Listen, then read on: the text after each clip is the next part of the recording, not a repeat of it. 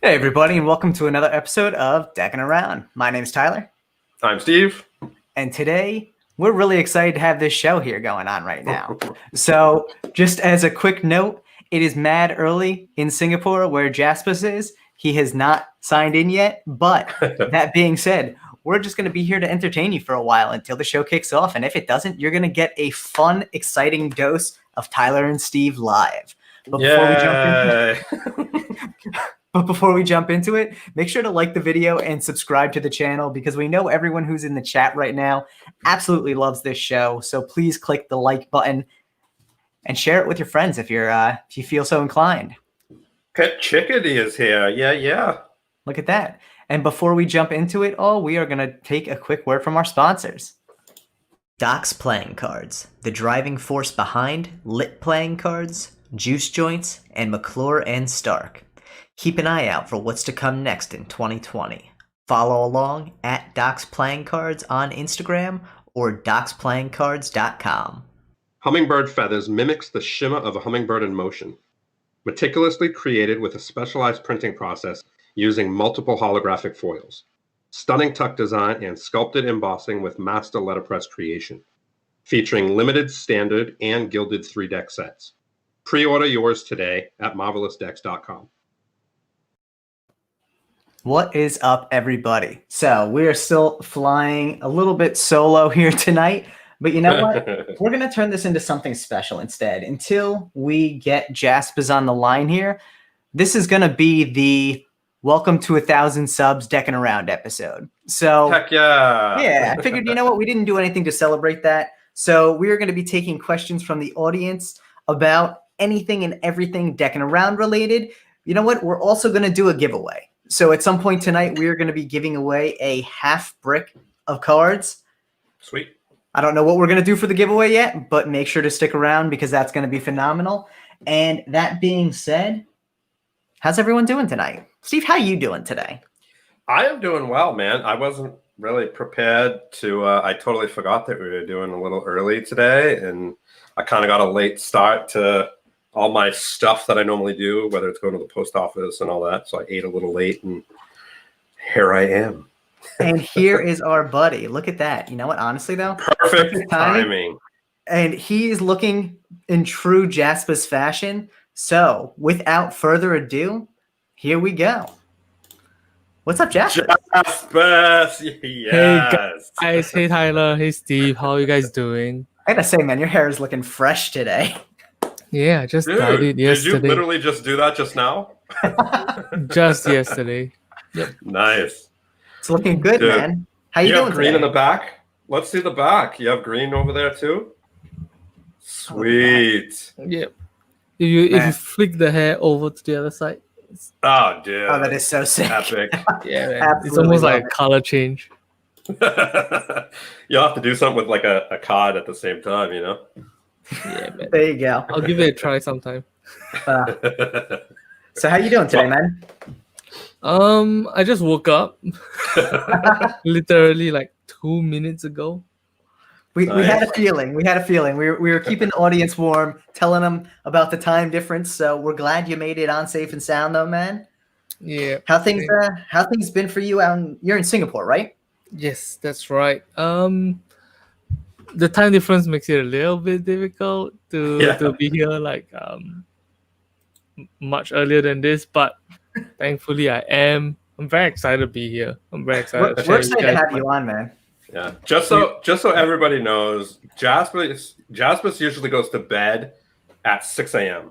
and he sleeps till about noon. So the fact that he's up at 6 a.m. right now is huge for us. Yeah, we're genuinely honored that he switched up his sleep schedule for us because of anyone, I know how important sleep is. So the last time I woke up at this timing was at my friend's wedding. Oh, wow. That must have really messed up your schedule. Oh, man. So so for anyone who doesn't know Jaspas too, just to kind of give a little bit of an intro here, Jaspas is, first off, the founder of the School of Cardistry, of the New Deck Order. You may know him from his Jaspas decks, which are, I think the most recent one was the Eggplant, correct? No, he just came We out with a actually new have one. New Oh, one, that's yeah. Yeah. That's right. So The new ones are the favorite day 2s yeah, edition. It was a light which blue, are yeah. This series of playing cards. Yeah. Nice, dude. I love the box. The box is so dope. that is This So I love good. it. King Color edition. At least that's the version that we advertise. But Right. the truth is that there are 2 other editions, one of which is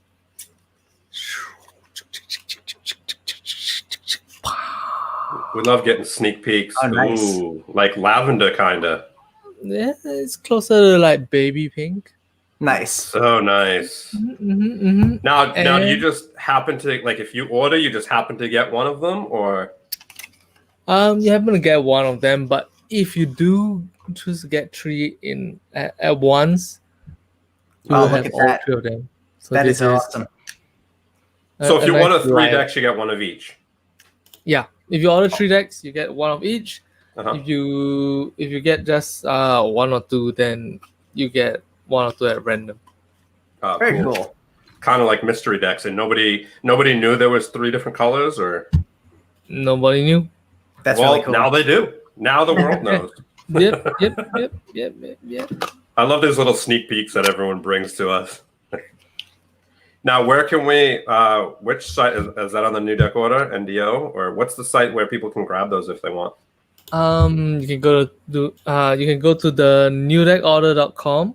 Okay. That's THE newdeckorder.com. Right on. Yeah, Stu was asking. Stu's a big fan of the Jaspas deck, so I Yeah. like the fact though too, like Steve said, there kind of a mystery aspect to it, but also very nice pastel colorways there.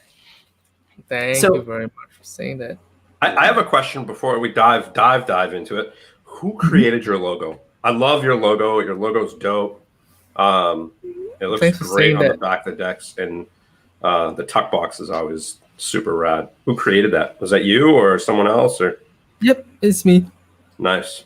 I'm actually before I founded NDO, I was an art student for 4 years, I think. So yeah. That explains a lot. You get the Nice. bracket Yeah, that's a- champions there too. Worked on at school. What I did was work on Illustrator, filmmaking, sculpting, and one more other thing. I can't remember. That's an interesting. Obviously, that's one that you one don't I really do found. much of anymore. Yeah. Yeah, I don't. I really don't. Yeah. What made you decide to choose sculpting out of all those too? Like that seems like an interesting one. It's cost mandated, but also even if it wasn't, I would have, because I think if you work with 3-dimensional art, it helps you with your 4D and 2D kind of the way you think about art, I guess. Okay, that makes sense. Yeah. What are you eating? Let's see what you're eating over there. Oh, today we're going to Lay's. Max, huh? Max See, we don't get those chips up deep ridged, huh? Yeah, that's crazy. It's a good, Flaming spicy edition. some good breakfast right there. Yeah. They Just look good. They're gonna breakfast keep right you. They'll keep you awake. That's for sure. Right, just listen to this crunch. Right. That is a pretty solid crunch there. Those are some. ASMR with Jaspers. I Kevin love it. Ho said, "What's up?" So I guess You said hi to one of the viewers, right? Yeah. No, Kevin Ho said hi. He's in the chat. Kevin said hi. Hey, Kevin, what's up, man? Hello. So now, one of the questions I guess we'll kind of kick this off of, just because I know you really have so many different, we'll call them avenues for your business here with New Deck Order, with School of Cardistry, and just in general, your decks and your cardistry itself. What really first got you into the whole cardistry movement? Oh, Kevin Ho. Perfect Legit. answer. Yeah, exactly. When I was in secondary, when I was in the equivalent of middle school, which is when I was 14 years old, I actually showed Kevin a magic trick. One of those count kind of magic tricks, you sort of like count 26 cards. Okay, we're gonna open three piles of cards. All right, and 27th, the 27th trick. Yeah. Exactly. And then I showed Kevin that. He was blown away. He was like, "Oh my god, that's amazing!" etc. etc. He went home. The next day, he came to me, and I think in my mind it was like, oh man, he's gonna do some kind of normal magic trick. This guy, he brought a stripper deck to school, and then he just straight up showed me a trick. He went like, "Hey man, pick a card. Take a card now.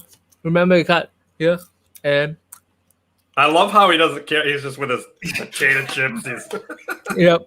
And then Kevin Ho straight up just went like, "We're gonna lose the card in the deck." I was like, "Okay, you lost the card in the deck, 100%." And he went like, oh yeah," and he pulled out a card. I mean, I didn't pull it out right now, Right. but he just went. That's so good. I was like, "Whoa, no way, no!" I love Turns it. so out funny. he had a stripper deck at home the entire time. That's hilarious. That is too funny. He said the trick you did totally fooled him so bad. Yep. Well, the stripper deck fooled me too. I was like, "Oh man, no! I What love kind of it. sleight of hand is that?" Oh my That's god. funny. So, And so- we have a something that's perfect, and it will lead perfectly into another segment. So we just had someone in the chat said they just ordered a half a brick from your site of the new deck, the favorite day deck, Mm-hmm. and it was our friend Stu. And All every single episode, we have our guests do something for Stu. And what we have them do is we have them open up a new deck of cards and sniff it. And basically sniff it and kind of tell us what you think. And so it works out perfectly. Any deck? Any deck, Any whatever deck. you're feeling. If you have a new one, if you have an old one, whatever you want to do. Preferably new. All right. So a brand new deck of cards. Let me go grab one of them. Sounds good.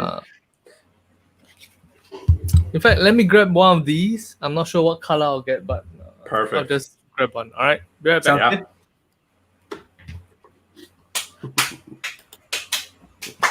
I love the fact that he colored his hair. Perfect. I feel like we should have done like a giveaway related to what color everyone thought his hair was going to be when it came on the show. Well, that would have been cool, but we didn't know either. Yeah. All right. Let's see what color we get today. So All right. Before you open it, should we tie in our giveaway to this? Ty? Oh, sure. What do you want to? How should we tie it into this? I'm curious what your thought is. Well, I mean, there's 1 in 3 chance of what color it's going to be. Oh. Right? Yeah.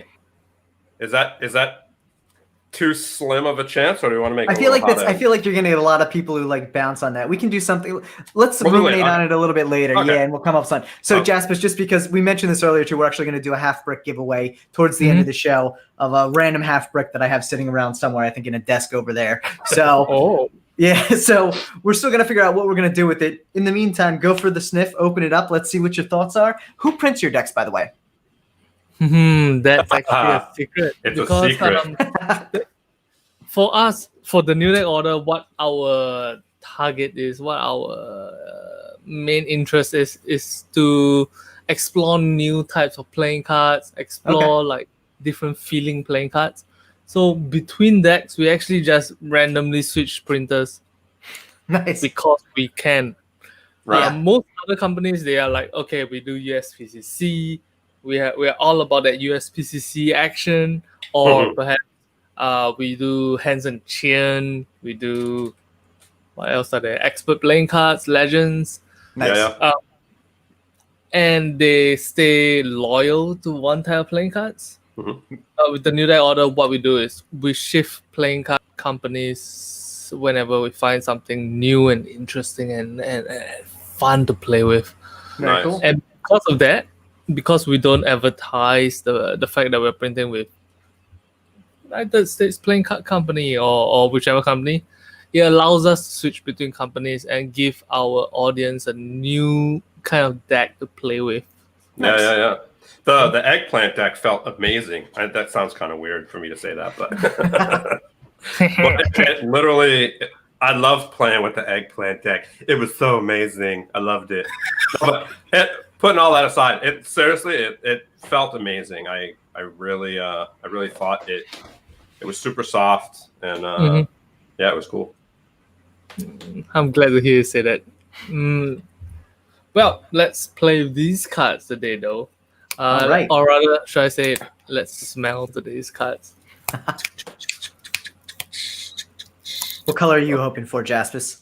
I'm gonna say it's purple. I'm gonna say it's purple. Purple? All right. That's what I think it is. What do you think, Ty? I'm thinking blue, but that's just because that's my default reaction to everything. So Oh, yeah? yeah, I like blue. It's my go-to always. Well, there's only one other color left, so I'll go with pink. Okay. All right. Let's go. I do Got a love bunch of the guests. look of the tuck is just so amazing too. I love that design. Yeah. The logo is so cool. It just works Yeah. perfectly. Yeah, it is. I worked on that real hard. The It's- line. When designing these cards, I first came up with the logo on the cards, Yeah. and then I tried to like figure out how I wanted the deck case to look like. Mhm. And my main inspiration for this was like Louis Vuitton or Oh, yeah, Gucci, those kind of like monogram designs. Maybe in the future someday I will update it and make it like different kind of like patterns on the box design. But for now, I'm actually very happy with how it looks. Nice. Yeah, I mean, I think it looks great. When I really look does. really fast at it, I think of Space Invaders. Oh yeah, Yeah, like when I look really quick, it just reminds me of Space Invaders. Yeah. All right, let's go. We also came out with this seal design system in which you can just peel it off real easy without tearing it. Nice. 100% all the time. Sweet. There we go. Yeah, that came off really nice. Got to do the Yeah, get the residual glue off it. Yep, exactly. People actually don't know about this. I realized that most people don't know about the. Yeah, that's what I do for all the Theory 11 decks. Yeah. You have to do that. By the way, today's number is 722. Out of Nice. how many? Did you do 88? How many did you do? 1,500. Right on. Yeah. All right. Set that aside. What color are the cards today? Come on, purple. Come on, purple. All right. Let's see what color. You gotta it smell them is. first. You gotta smell them. Oh yes. Let me take the cards out first Okay. before I smell them. Oh, interesting. He's a-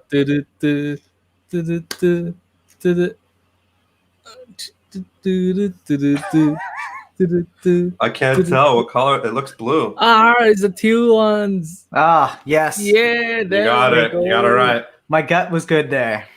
I Tyler, love that color though. Woo! congratulations. Thank you. So can after you give him a little sniff, can you show us what's in there? Like if there's any. Let's give it a nice sniff. Spread them out real nice and go. That was. I think that might have been the most elegant sniff we've had so was far on the show. that was the very first cardistry sniff right there. Yeah, that was impressive. I mean, if you think about it, by increasing the exposure to air, you can get like a. Yeah.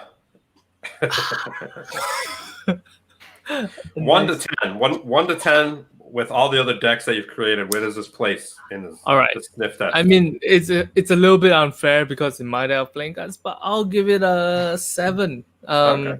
Not bad. Previously, some of our cards smell a little bit like heavy on the chemical side. Yeah. This one's closer to USBCC. Okay. That's how you could kind of tell where they're printed. You know, if you bust out a deck and you smell it, it's chemicals. It's usually printed in Taiwan. Exactly. Yeah. I think that USBCC playing cards to me are a little bit boring in the way they feel, because it's like pretty much you choose the B stock or the bicycle stock or whatever stock, crush, non-crush. All in all, at the end of the day, you get a very like similar kind of experience when it comes to the cards. Yeah. But once you go outside of there, it's like completely different. Yeah. That being said, USBCC is like when it comes to the smell of the cards. Yeah. It's probably all that vegetable-based ink that they use. Yeah. Rather than just the glue, you know, they use kind of a little more, I guess, green, you can call it. Yeah, sustainable paper and, you know, biodegradable ink or whatever. Yeah. But I think USBCC has the smell of cards down. Yeah. 100%. Yep, I agree. But when it comes to the other experiences, you know, I think other companies have like a fighting chance. Yeah. What about Karamondi? What do you think of Karamondi? Karamondi, their obsession with like thick playing cards, it's not quite my style. That being said, they like last year or last year have been starting to inch in on the thinner style of playing cards, and I really enjoy how they are the newer playing cards, the way they feel. And B9, the new slimline B9, super thin. Yeah, it's nice. They feel very elegant in the hands. Yeah. Now, go ahead. I was just gonna say that's definitely one of my favorite mass-produced stocks I've felt in a while. I really like that B9 slimline. Yeah. Yeah, I think. Do you prefer? I mean, thinking about it before I started talking to people who actually did a lot of cardistry, I would think the thicker the better, because that way they can packet cut easier. But that's not the case, right? It just like magic. It's depending on the person. Some people might like it a little stiffer. Exactly. Okay. Personally, I like playing with new stocks and finishes. I like how, for example, between decks we have different feelings. For example, the eggplants. Oh no, my camera almost dropped. Between decks, for example, the eggplants, they tend to feel a little bit drier on the hands because of the way the cards feel. I'm not sure you can hear this. Yeah, it's like matte kind of instead of glossy, right? Yes, it fans. Yes, it feels good in your hands, but you know, just having it feel a little bit different from the other decks of playing cards, it gives me a new experience. The way they feel on the fingertips when I cut the cards, it's like, you know. And to me, it's not like to most people the main takeaway when you play new cards, it's like the colors, the way it looks, the way it's marketed. But for me, it's the way the cards feel between versions when they are different. It makes me much happier. Cool. Yeah. I mean, that's now, good. No, go ahead. I was gonna say that's definitely got to be something that I think a lot of people, I don't want to say overlook, but almost take for granted. Like, especially in cardistry, you play with decks so intimately, you get used to the way they feel, but like you maybe start to lose that appreciation for how different stocks feel, especially like you said, as certain brands gravitate only towards certain printers. Then we end up seeing this divide where someone's like, oh, well, I only like USPCC or I only like Cardimundi. But in reality, there's probably so many stocks and finishes out there that they haven't had a chance to try because the printers are smaller or they're not as well known, and they could be so much of a better experience. Yeah, 100%. I agree with you. I feel like if you take a close-minded way of experiencing cardistry, you're really missing out a lot. There are cards that are thicker that feel better, and there are cards that are thinner that feel better. Hmm. And there are cards that are thin that feel like trash. Right. Yeah. For example, Yeah. there's this brand called Tiger 555. Hmm. Okay. And they have cards that they bend this direction well, but not this direction. And at first, when you first pick up the deck of cards and you do some basic riffles, it's like, no, all right, it's not bad. And then when you try to bend it like breadth-wise like this, and it's like impossible to bend. And it feels like, ooh, something's wrong with this. That's like experts the same way. Oh yeah, you think so? Yeah, well, I mean, this is expert, and it's like super hard to bend. Let me tell you this, it's worse than that. Really? I mean, man. yeah, that's crazy. It's like Tiger 555 is horrible to bend like breath-wise, because I think the stock that they use, or maybe the gluing process, I'm not 100% sure. Something about it makes it stiffer in one direction than the other. That's Now, really interesting. Are they out of? Where are they out of? Where do they print their stuff? I have no idea, man. I have no idea. I didn't want to know. I didn't want to ever experience that again. It was horrible. Well, if anyone listening to the show knows where they print Tiger 555, definitely drop it in the comments. There you go. We always mess up the side that everything's on. Yeah, I never know which direction to point on this thing. But I think it's interesting, though, how much of a, it's funny because, again, talking back to the idea that people take stock for granted, you do forget with so many mass-produced companies how bad a deck of cards really can be. And I know probably not even recently now, it's probably been several months ago, I bought a deck of diehard playing cards, like a nostalgia deck for the movie, and it was from Loot Crate.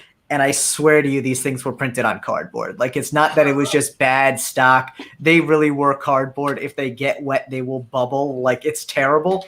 And I'm just like, I'm shocked that they actually call these things playing cards. Like, that's how bad they were. But, like, at the same time, some people don't know better. And, like, that almost in itself horrifies me as well.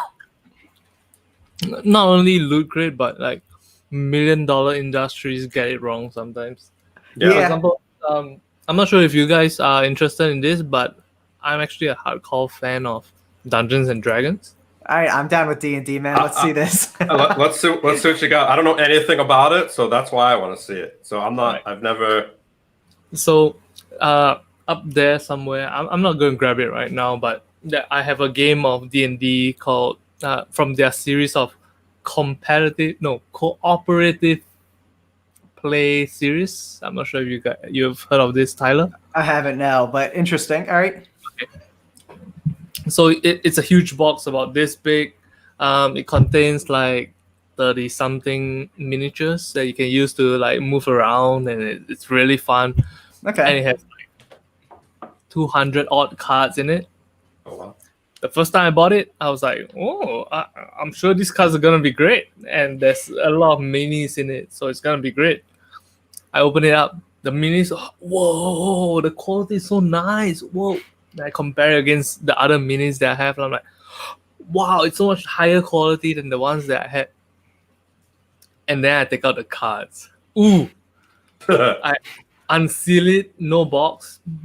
I don't expect there to be a smaller box in there. It's fine.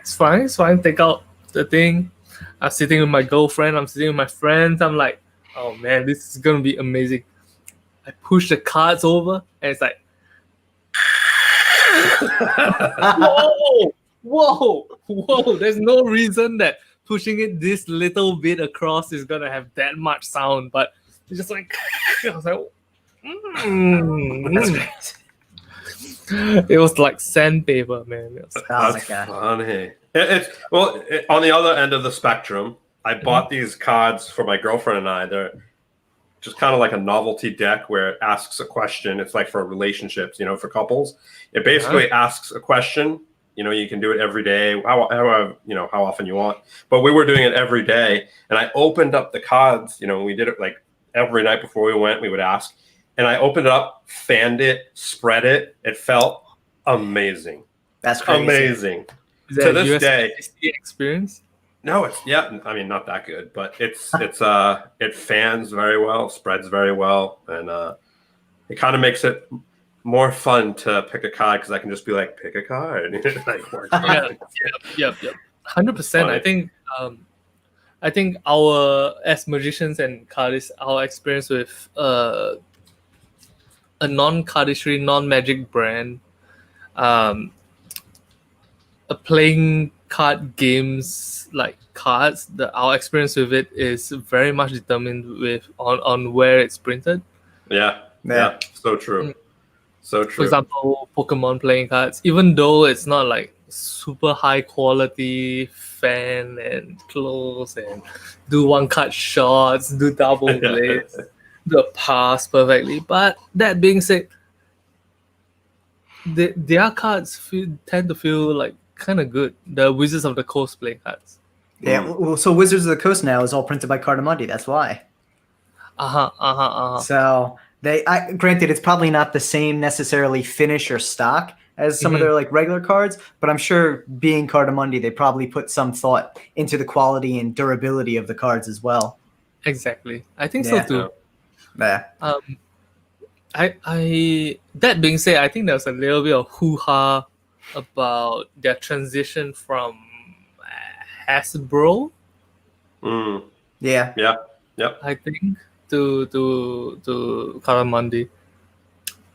But then again, it's not most players don't use cards the way we do, I guess. Right. Yeah, So, no, I don't think someone's, sitting there trying to riffle fan Magic the Gathering cards. That would be interesting to see, but yeah, well, that the funny thing is it's kind of like, I mean, when I think when you get involved in anything, from when doing jujitsu, any way I move now, whether I'm rolling out of bed, the way I move the covers, it like involves jujitsu. And whenever I have any type of cards in my hand, whether it's Pandemic or what Magic the Gathering, whatever, or even like relationship cards, like whatever it is, I'm always just kind of looking at it, see how it feels. And I think that's how we are when we're in any type of passion or hobby or whatever you want to call it. It's just so funny. Related issues.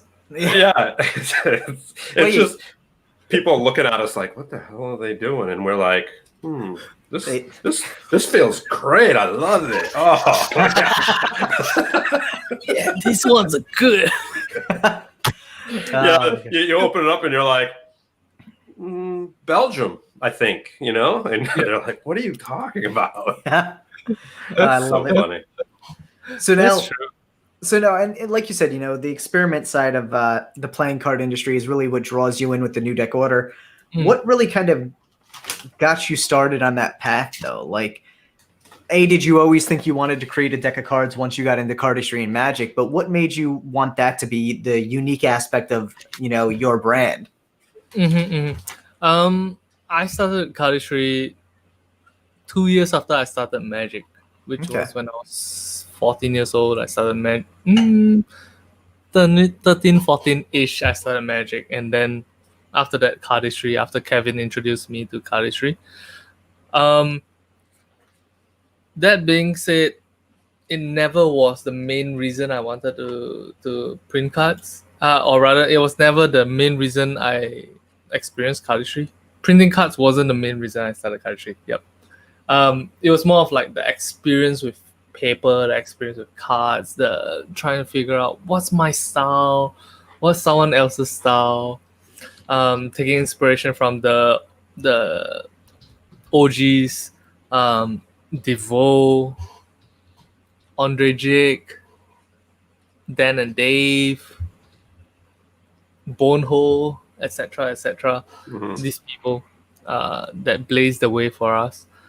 And it was only until I finished university that I felt like I wanted to contribute to the cardistry community in the way of playing cards. I wanted to give people an experience that was different from all the other companies that are just doing straight up USPCC playing cards. Because USPCC undeniably is the standard in which all playing cards is compared against. Right. And to me, after using USPCC for about 11, 12 years, I felt like I'm kind of done with USPCC cards. I'm kind of done with the serene, sterile experience that USPCC gives. Yeah. Every time I open the deck, yes, it is good. I know it's gonna feel a certain way. I pull the cards out and it's like riffle down the deck like edgewise.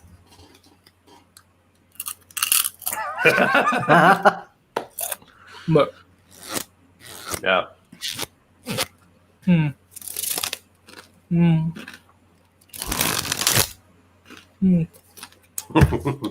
But I was no longer excited to play with the cards anymore Right. in the same way that I used to be.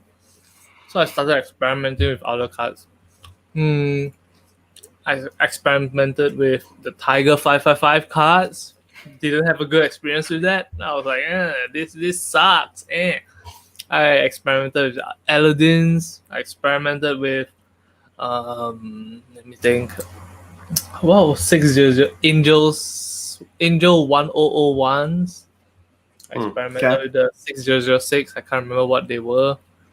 And after playing with a lot of different kinds of playing cards, I started playing with what company was that? The WJPC playing cards. Yeah. You guys know that one? Yeah, we know WJPC. Yeah. It's kind of. Yeah. Their new stock is pretty good, actually. Yeah, they have potential, but they have still... a new stock that feels really well. Yep.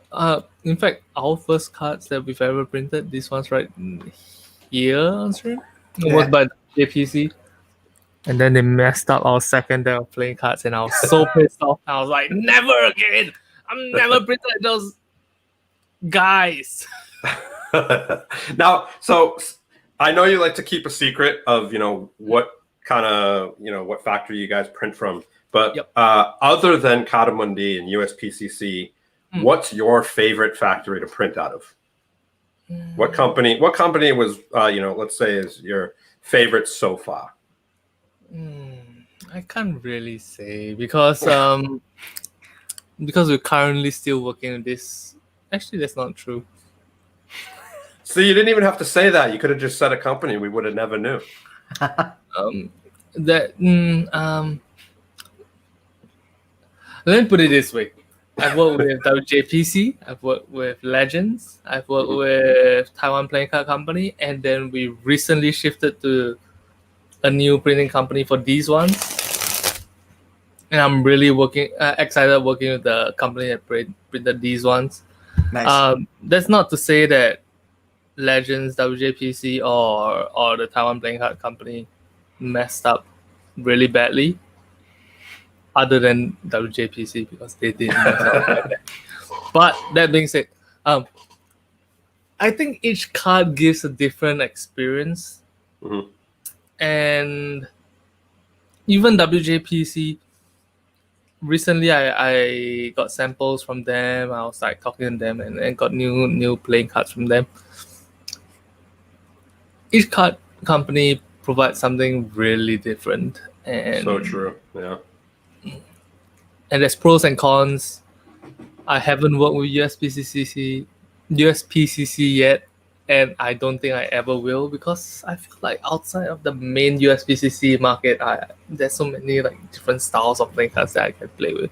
Yeah, I think it's cool that you're giving those other companies a chance.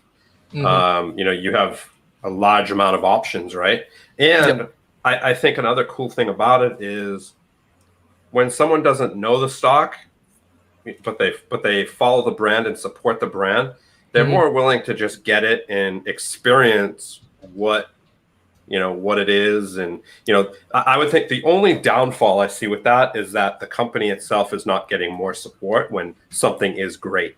So they're not allowed to grow when someone like yourself, who is well known in the community, uses them and really likes their stock. So that's the only downside I can see to being not like saying the it. Yeah, like the printers. Yeah. Yep. But I think the experience is really cool, not knowing, because I think a lot of people would hold back based on who it's printed by and stuff like that. But when they get it, it's like a new experience, right out of the box. Whereas like if Tyler and I look at a deck and it's like USPCC, we kind of know how it's going to feel. We know how Karamondi is going to feel. It's going to feel the same as the last deck that we picked up, maybe a bit different based on humidity and when it got printed and stuff like that. For the most part, it's going to feel pretty much the same. Yeah, exactly. Like humidity, how crushed it is, when it was printed. If it's USPCC, are there quality control people like interested in checking how tilted the cards are one day? No, they're not. No, they're not. No, that's the one thing. That's why I'm not. That's why I won't print through them for something that matters, like a collectible deck. I would never print through them for that. Yeah, yeah, for that reason. Yeah, they can be a little bit relaxed on the quality control of like.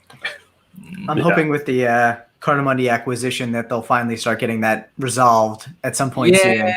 They actually, somebody just asked that to the Karamondi account, and their answer was like, I mean, we're not going to change it, right? That's like something that costs a lot of money and takes a lot of time, but we're looking into it. Basically, is what they said. Maybe in a couple of years we'll see it get a little bit better. Yeah, maybe we'll see. Maybe. I mean, you don't buy a company because you disagree with what they're doing. You buy it because you can make money. because like winning formula, let's do exactly that, but under my brand. Yeah. Right. Absolutely. So I don't expect it to change for a while at least. I agree. They don't have to, because everyone's going to use them anyway, regardless. Yeah. So there's no rush. If they had like all of a sudden a big stop in production because people were like boycotting them, different story. But I mean, they're jam packed. They're they're on back order. Not back order, but they're backlogs. So they're not getting any repercussions. And you have to figure too, the custom department for both USPCC and Karamondi still make up a small percentage of their total revenue. Yeah, they make the majority of their money doing their own stuff. So even if all the custom designers boycotted one or the other, it's still a very, I mean, it makes an impact, but it's a very small impact. Yeah. So they're not going to change it just for the custom card companies. Yeah. So we'll see how that plays out. But I mean, and I guess, with new deck order, like you said, you're kind of bored of the USPCC stock and everything. So you decided to go that different route. What then was your motivation behind School of Cardistry? Because I think you have such a unique approach to teaching cardistry. And obviously, just based on the amount of people who follow your channel, a lot of people agree. You want to know why? I'll tell you why before he does. It's because Jaspas is the BTS of the cardistry world. That's why everybody follows him, because he's the big dancer of the community. Like, You're making me blush. That's the best way I can describe it. The BTS of the cardistry community. Definitely, that's definitely a compliment. Yes, 100%. Some people might take it differently, but that's definitely 100%. We're not saying anything bad about BTS, guys. Right? Yes. No, we don't want to be canceled. No canceled, please. We love BTS on the show. BTS fans are hardcore. No joke. No joke. I wish I had fans like BTS. Dude, I wish I had a 100th of the fans of BTS. Just a little bit, right? Yeah, man. The amount of money they're making on just a video alone. Oh my god, ridiculous. Did you hear about their parent company opening what do they call it, IPO? Oh, the initial really? public offering. Yeah. That's crazy. And for BTS or for their parent company? For the parent company, Big Hit Entertainment. Okay. And BTS members each got, I think, like $8 million worth of stocks. That's crazy. Do you know how much that's going to be? Dude, how do we get that? We need to get in on that. Sure, man. It's hard to get into an IPO. You need a minimum annual income and stuff like that, at least in the US. If it's listing on a foreign market, it's a lot harder. So, I mean, we probably can't get involved in it, but that makes it. Can we pretend we do? Can we, like, us three just create a pretend BTS IPO and just pretend like we bought a lot? Oh my god. Oh man, we're gonna get flamed on the internet so much. Maybe we'll tag BTS in here and all these people will come watch the video. There you go. I'll throw it in the tags for sure. Yeah, for sure. We figured out how to get views out. Right. our highlight will be BTS, and it would be nothing about cardistry or magic or anything. People will be like, "What are you guys talking about?" It's the real trick to the YouTube algorithm. Just mention BTS and you've got it beat. 100%. Okay, sorry, I didn't mean to I don't remember BTS what the question BTS was. that comment. So the question was, what do you think, or what was your motivation behind creating School of Cardistry and this Yes. repository of cardistry knowledge in the way you did? Yep. For me, it was mostly my co-founder of the New Deck Order, Loretta. She one day just said, like, all these tutorials are like 10 minutes long. That sucks. And I'm like, really? It sucks? I kind of like the long format kind of tutorials, man. I enjoy watching it where they give a backstory and whatnot. And she's like, nah, I want the information real quick. I want to go in, see what the move looks like, give me a tutorial, okay, bye. And then that's it. That's like the two different worlds. That's Steve's mentality too. I want to learn more, and the other one's like, just give me the tutorial. Yeah. Stop. Hey guys, what's going? Shut up. I just want to. All right, put your thumb here, go close. That's it. I love it. That's funny. So she said, like, yeah, let's make a series of tutorials that are like just snappy. And I was like, oh, let's give it a try. And for some reason, we managed to get traction with that. And then our Lord and Savior YouTube senpai one day just changed the algorithm and made it all about watch time instead of views. And then the School of Cardistry just went from constant growth to like, ooh, no growth for you. And then we had to change to a long format, kind of like whoop, to get back there. Yeah. That's a tough one too. But and it's funny to see because at the same time, YouTube is notorious for changing their algorithms in those ways that in a couple of years it could switch back where it's all about views but across multiple videos instead of one video, something like that.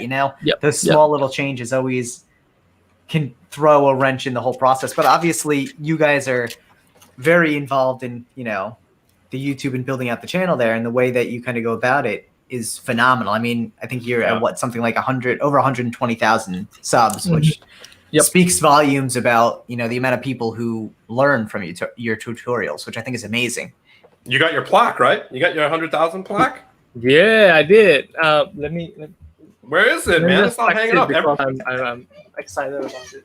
Everybody puts it behind them. We're waiting. We need our 100,000 plaque. If I can find it, give me 20 seconds. Okay, let's take your time. That's so funny, dude. We need to get a 100K plaque. Maybe we'll just make our own. I mean, probably make one a lot quicker than we can get it. Right. That's for sure. We got to think of something like that's different that we could do that nobody else knows or cares to do, and that just someone might find interesting, even if it's terrible. We'll figure it out. Oh my god! One day, a new beard cutting channel. This thing will be gone soon. Oh my god! This is completely unrelated to the show, but I keep having this thought where we should do a charity episode and raise money to either keep or shave my beard. Let's do it. Yeah. Is it still in the package? Oh my god, I love the fact that it's in the package still. It has to keep it safe. Dude, the fact that it's in the package is just amazing. I can't be bothered to hang it up. I mean, you look at the background. It's like, I absolutely love that it's still in the box. That's too funny. Who can say where the roads go? It's still packed. I love it. This letter from Susan. Thank you, Susan. Nice. He didn't even take it out. It's still in the plastic. So good. Where the roads go. So shiny and nice there. That's a nice mirror. Yeah. Yes, it is. You can see a green screen right Down. There we go. There it is. You Yep. definitely got to get that up on the wall or somewhere at some point. Jaspas, you know what you need to do? You need to create a YouTube-inspired deck with your logo in the middle of that holographic, whatchamacallit. Oh my god, that's a great idea. Just straight up take this design, but Yeah. maybe you change this triangle in the middle to the To your thing, yeah. That would be sick. presented to owner of this deck for supporting new deck order. There we go. Royalties right here. Royalties, my idea. No, I'm gonna steal the idea real bad. You can have the idea. Just send me a couple. We'll be Just cool. send me a deck. Oh my god, I want. Just send me a couple. Be like, I help with this. I help. Yep, I'll send Absolutely you love guys it. some. If I do print it, I'll send you guys some. I mean, that had to be like an exciting day to get that plaque in the mail. Thank you, Suzu. You know what? You don't even have to put the plaque up. You can just hang up that letter. Frame the letter. Yeah. I love that idea. You could put your first. You can print that, and then you can print your first. Instead of putting how people put the dollar bill up on the wall, the first dollar they make. Yeah. You could put your first email that says what you made that month. Oh my god. I'm actually curious about that because I saw that first dollar thing on Breaking Bad, and I was like, oh wow, that's like incredibly sentimental. Do people actually do that? Yeah. Dude, it was started in Asia, I believe. Really? I want to say, I might be wrong. Someone correct me if I'm wrong, but I think a lot of businesses in India used to do it. They have a doll. They put it next to Ganesh, who's like the god of wisdom and remover of obstacles. But so it was kind of a good luck thing. Basically, you put your dollar that you make, the first dollar, up on the wall, and it kind of brings your business good luck. So I think, like everything Americans do, they just stole it from another culture. Yeah. And they started doing it, and it is what it is. But I think it came from, I don't want to say India, but those that's where I first initially saw things like that being done. I see. A lot of Thai restaurants do it. If you go to Thailand, they have it up there as well. So I highly doubt Thailand took it from America. That's for sure. Yeah, probably not. Okay. So there are companies that do that. Yeah. In the US at least. Mm-hmm. A lot of bars do it and things like that. Yeah. That's incredibly sentimental if you think about it. It really is. It really in Singapore, we would never see that. In Singapore, it's all about like a nice polished look to the restaurant or bar or wherever you go. You would never see that. Yeah. Interesting.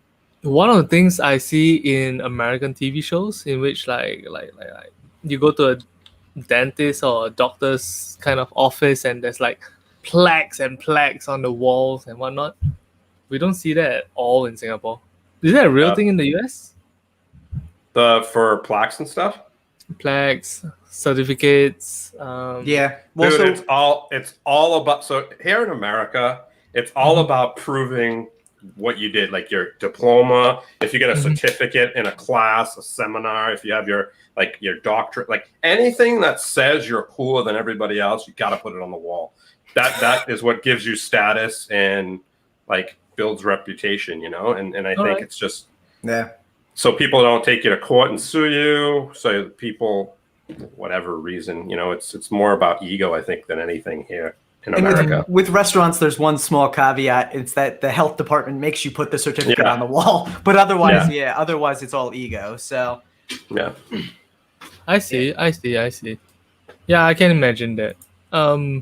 It's kind of. I mean, other than the restaurant's health certificate, the rest is like I don't really see it much in Singapore, other than maybe like one big kind of like endorsement. Right. Yeah. A lot of martial arts studios do it, obviously, with their instructors and. Well, and especially famous restaurants do it all the time with like when celebrities come in, they'll get them to sign like a headshot, and you walk into like the hangouts and all the walls covered just with like celebrity headshots that are signed.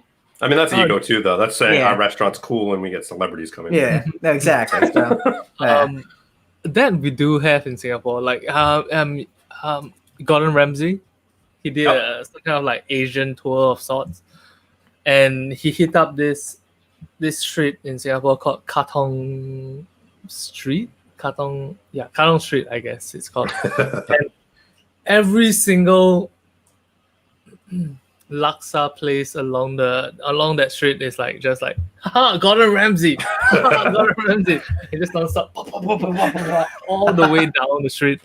I'm sure it doesn't say if he liked the food or not. It's just a picture of him. I'm sure it's like maybe 2 places said that he liked it, and the rest are like, here's a photo of Gordon Ramsay. Kevin Ho says, I think it's Katong Road. Yep, Katong Road, not street. Yep. Fair point. Fair point, Kevin. Fair point. Don't you hate Kevin? He's always right. Hey, you should have brought it up when you're on the show instead of like bring it up now. I love it.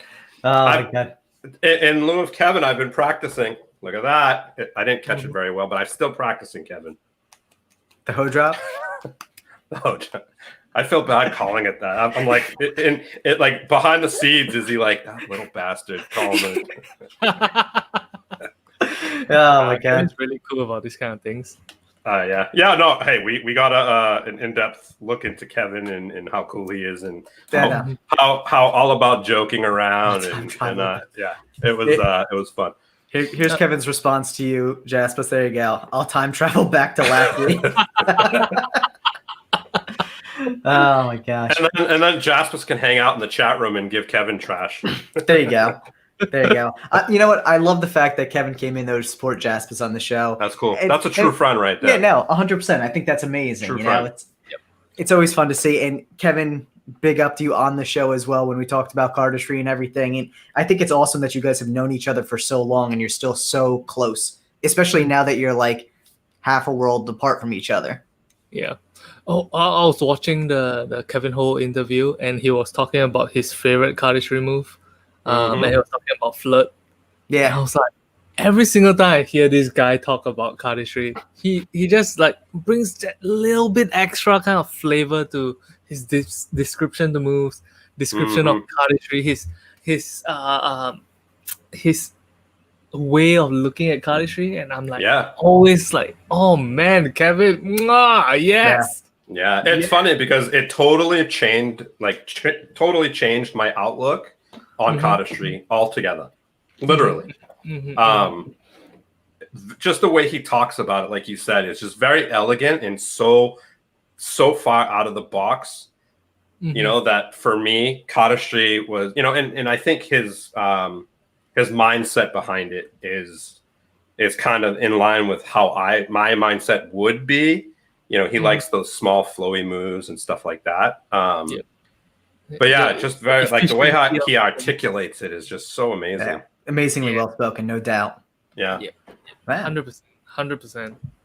Really no Jaspas, no Kevin Ho. No Jaspas, no Kevin. I bet. Thank you very much for saying that, Kevin. So since we asked Kevin what his favorite move was, what was your favorite move that you do? Or I'm sure you've obviously created a slew of moves on your own, but what's your favorite move to do, and what's your favorite move that you've created? My favorite move to do is just the spring. I really enjoy the spring. The way it feels, the efficiency between the difficulty and the way it looks. The fact that nobody ever tries to make variations of it. It feels all like it makes it feel like it's my personal playground, you know? Yeah. Nice. I can just like, oh yeah, Rainbow Spring, that's real difficult.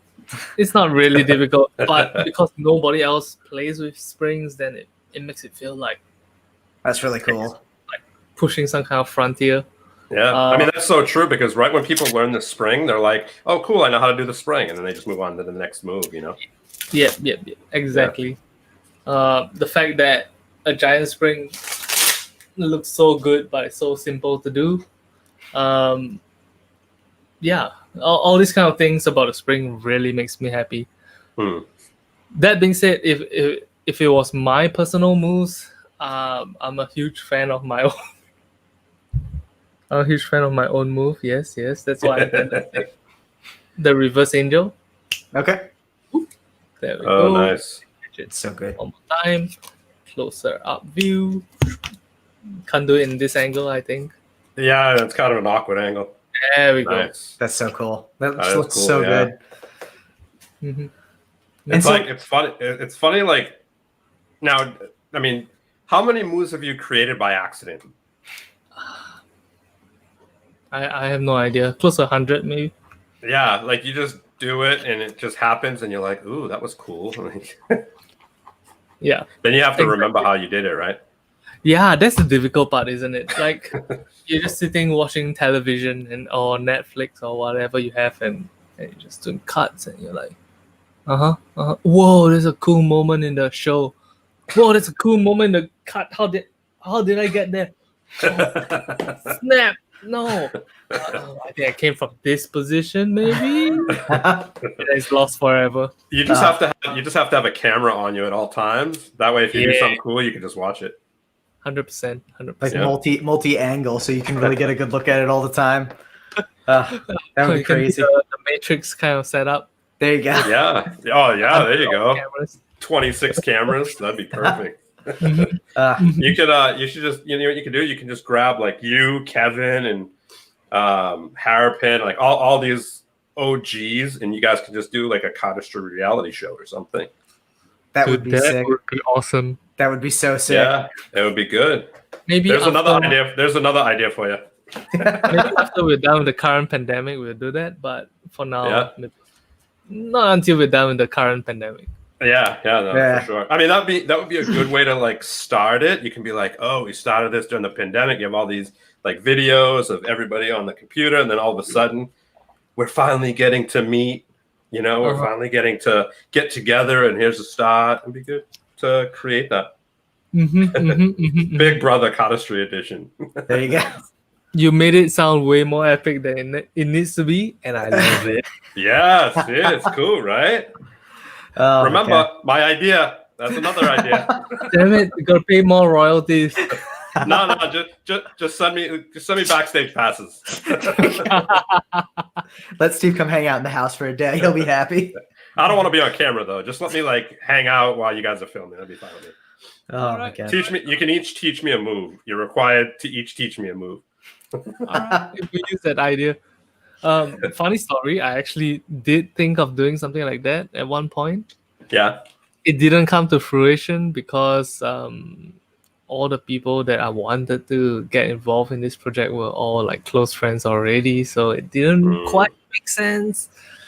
But yeah, you need some of the drama for it to really be like watchable. just a little bit. Yeah. Controllable I mean, drama. it'd be kind of easy. Just bring a couple people you know that would bring drama to the house. You know? I mean, you could bring me if you want. I could probably bring some drama. Oh, you're working on the Sybil too? God damn it, Kevin! I told you Sybil is my domain. And then we have a little bit of. Oh my god. Right? Yeah, we can think of something. I mean, let's be honest. All those shows are fake anyway. We can create any drama we want. We can have Kevin. We can have Kevin dye his hair so he comes home looking like you. And you can be like, why you always want to be like me? You're always copying me.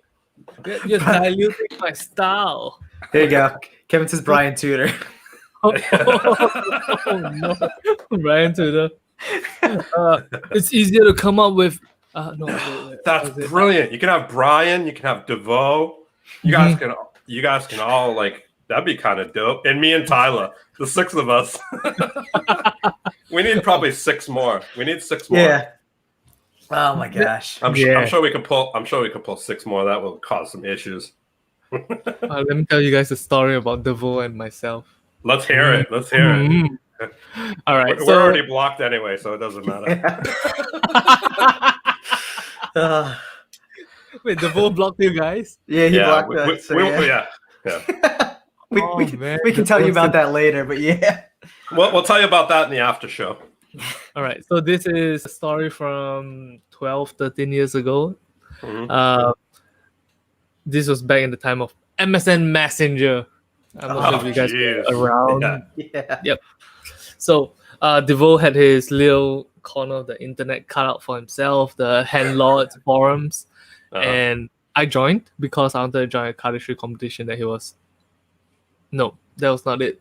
I joined because I wanted to show cardistry, some XCM, card flourish, content that I put together back in the day when the videos were all 240 or 360p. And Nice. I uploaded the video. It was deleted. I was like, did I misclick something? Did something go wrong? What's going on? I'm gonna try uploading it again. So I uploaded it again, deleted once again, tried to get back into the forums, blocked. What? Blocked banned on the forums, can't get back in. I'm like, oh no, DeVoe, my idol. Keep in mind, I was like 15 years old at this point of time. I was like, oh, You my didn't know idol better. blocks me. This was before BTS. Yeah, 100% before BTS. My idol doesn't like me. Oh no. And then 1 year later, I add DeVoe on MSN Messenger. I was like, I'm gonna try to reach out. I'm gonna tell him who I am. I'm gonna tell him that I'm a huge fan. Please add me back to the forums, I said. And then DeVoe was like, shut up, you hater. Don't try lie to me, bonehole. I know you're bonehole. And I was like, no, I'm not bonehole. I'm Jaspas. I'm from Singapore. This is my backstory. And I was like, no, I'm not bone. Blocked. Dumb. No, my idol, he doesn't like me. And that's the story of my experience with DeVoe. Really? Yes. Blocked on his forums, blocked on MSN Messenger.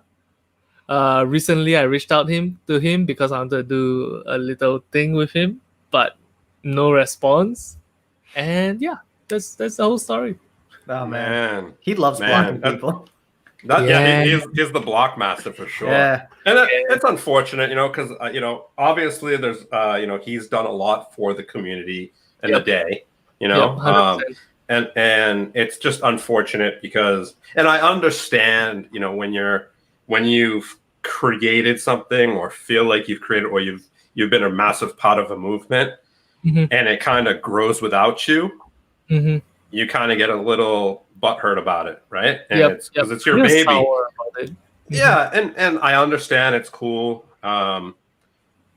It is what it is, Yep, you can't expect the community to just like remember you the entire time. It's a little bit difficult. Like sometimes I talk to the newer cardists and they don't realize who I am. Like, who's this Jaspas guy? And I'm like, oh man, that sucks. But you don't have to be butthurt about it. But you know what? You're on Deckin Around, so everybody's gonna know about you now. Hell yeah! Gotta let them know who this guy is. Oh my god. You know what though?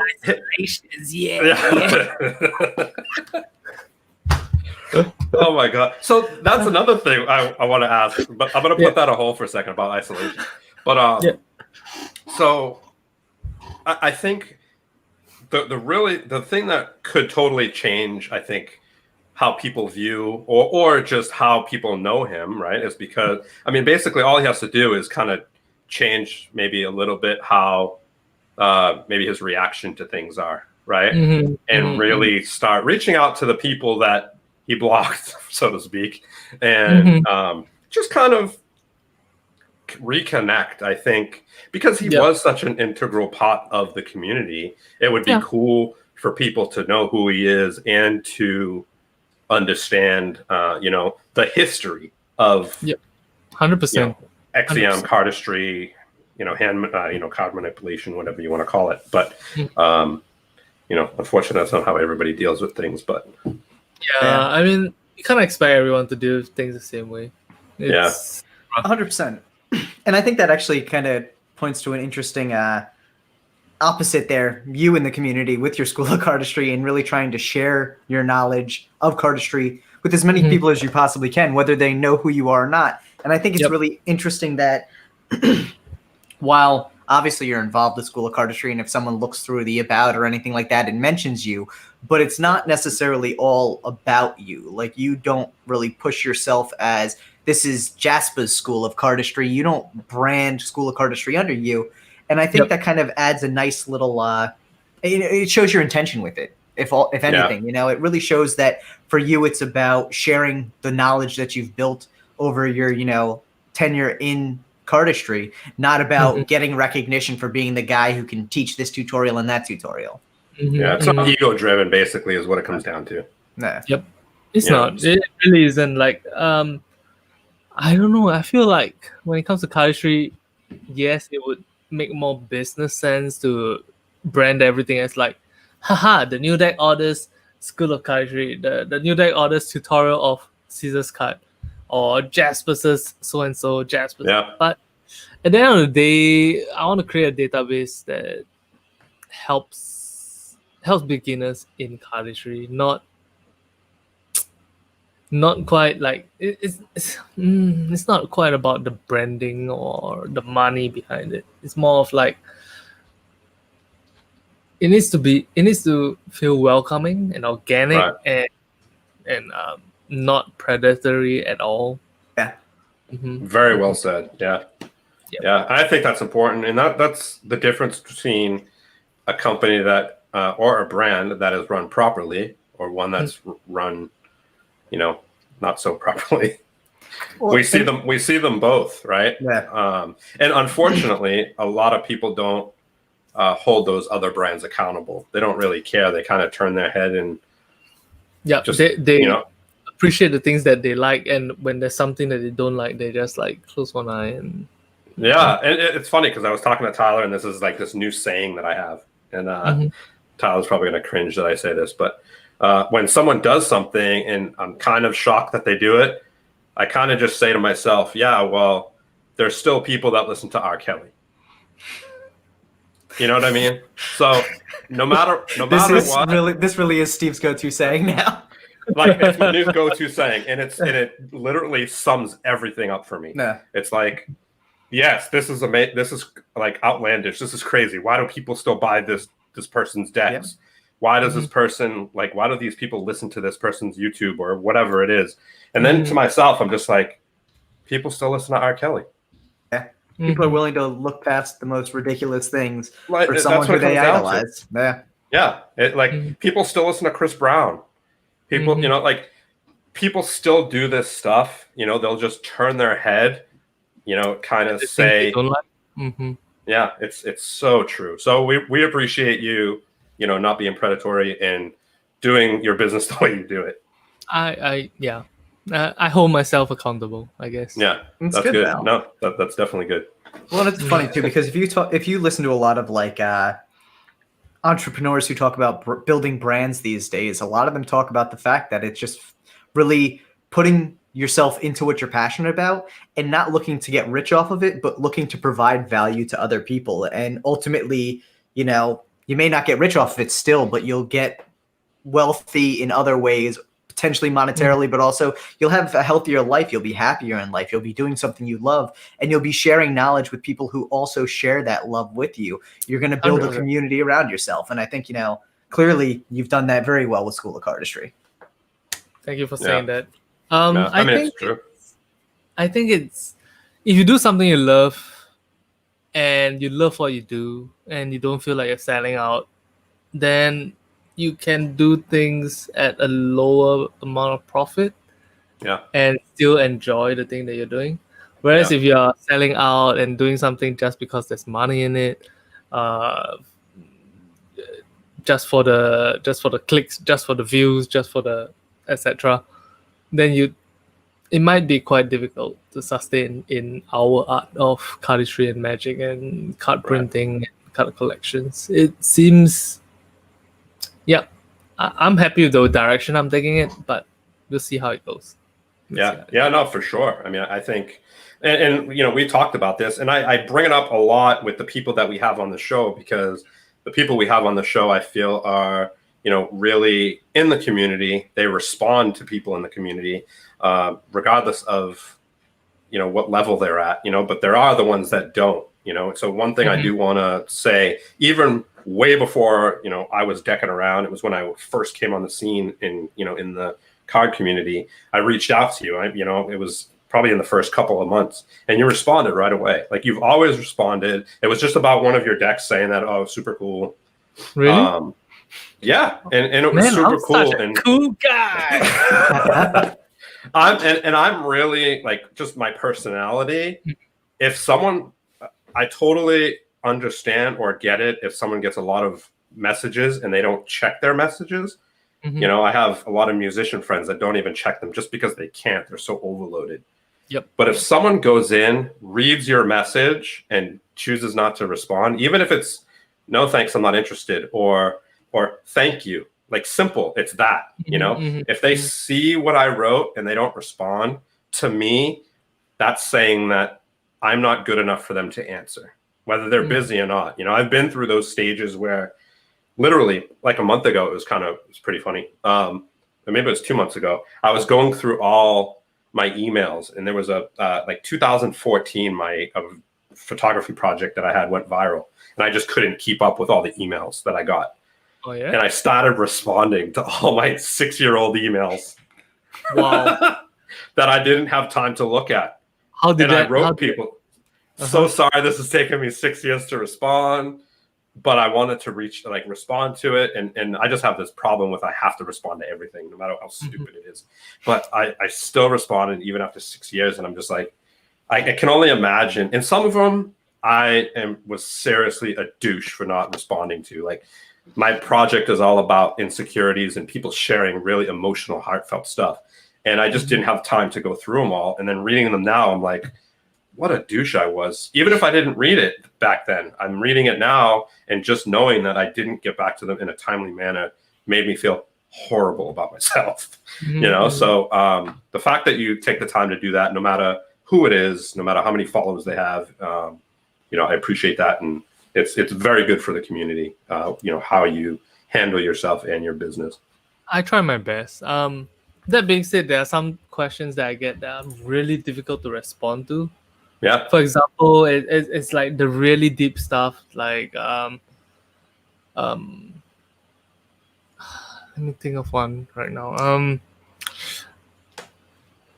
Why do you do X, Y, Z instead of A, B, C when it comes to cardistry? And what's the inspiration behind D, E, F? Right. And I'm, whoa, that's like a 500 word thesis at least to answer that. So I'm like, it's a little bit hard to get back to you on this specific question. Maybe in a live stream, ask me that, then I can just go on a tangent and whatnot.